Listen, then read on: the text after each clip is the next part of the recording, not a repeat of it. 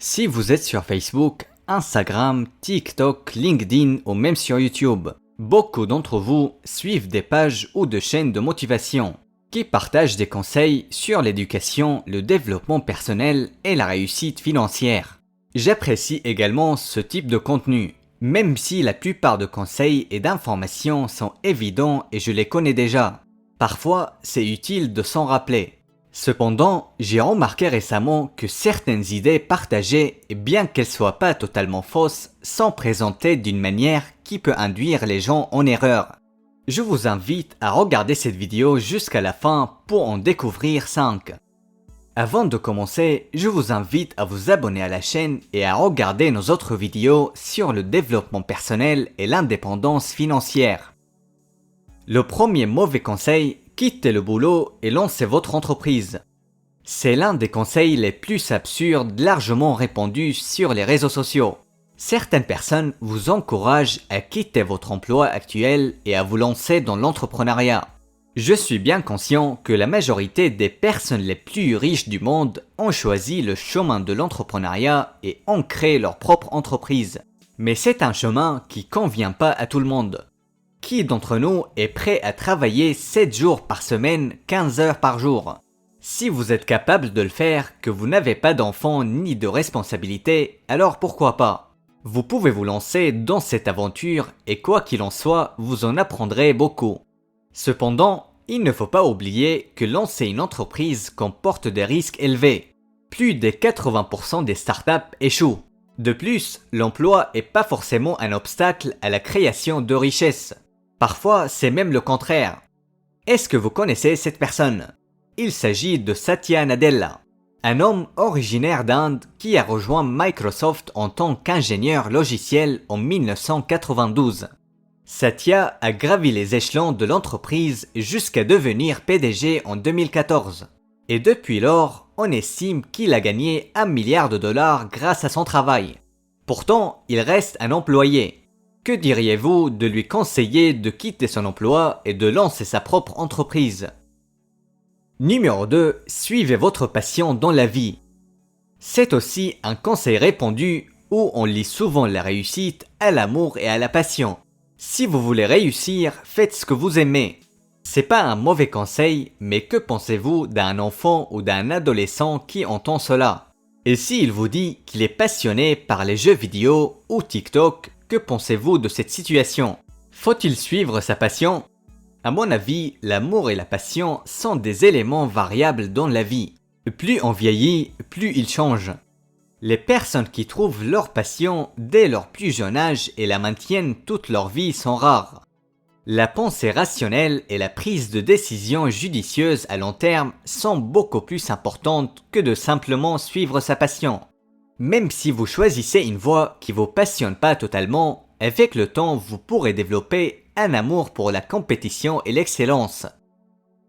Troisième mauvais conseil: l'école ne vous sert à rien. Ou encore, l'école rend les gens idiots. Ou les diplômes ne vous servent à rien. Vous avez probablement rencontré ces expressions auparavant. Et c'est l'une des pires idées que l'on puisse diffuser dans la société. Surtout si le contenu s'adresse aux enfants et aux jeunes. Abandonnez l'école et lancez des projets.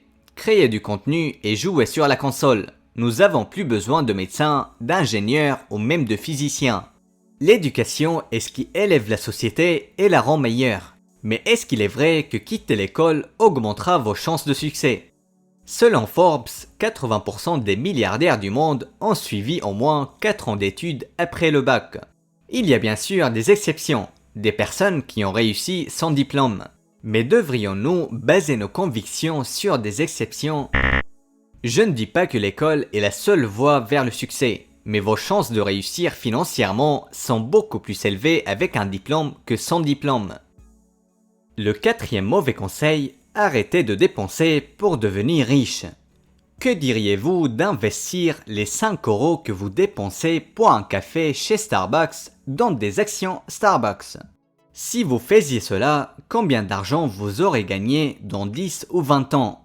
C'est un vrai post que j'ai vu sur Instagram. Et toutes les publications de la page sont du même style. Économisez l'argent que vous dépensez au McDo, au restaurant, au voyage, etc. L'économie, l'épargne et l'investissement sont tous des éléments essentiels pour réussir financièrement. Et nous en parlons toujours dans cette chaîne.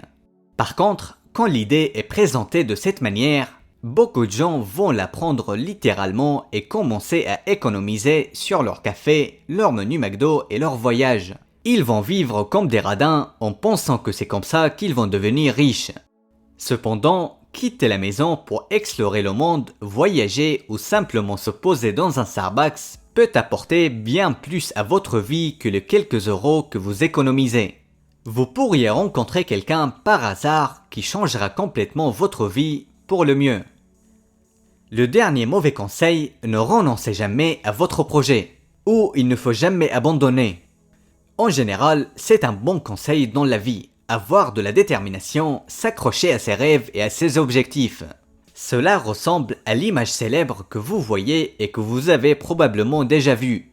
Mais parfois, vous pouvez vous engager dans des projets qui échouent, malgré vos efforts constants. Vous travaillez sur une idée pendant des années, mais elle n'aboutit à rien. Dans de tels cas, devriez-vous persévérer dans un projet voué à l'échec pour le reste de votre vie, ou devriez-vous reconnaître l'échec, abandonner et commencer quelque chose de nouveau? En réalité, dans la plupart des cas, il est préférable de tourner la page et de commencer quelque chose de nouveau. Si votre projet ne réussit pas après des années de travail acharné, c'est que vous n'êtes pas sur la bonne voie. Reconnaître l'échec de votre projet n'est pas vraiment un échec, car vous auriez forcément gagné de l'expérience précieuse et des compétences que vous pourriez appliquer à d'autres projets. Enfin, je vous encourage toujours à remettre en question ce que vous voyez et entendez, et à essayer de penser de manière libre. Si vous trouvez que cette vidéo a apporté de la valeur à votre vie, laissez-nous un like et allez regarder l'une des deux vidéos qui s'affichent à l'écran.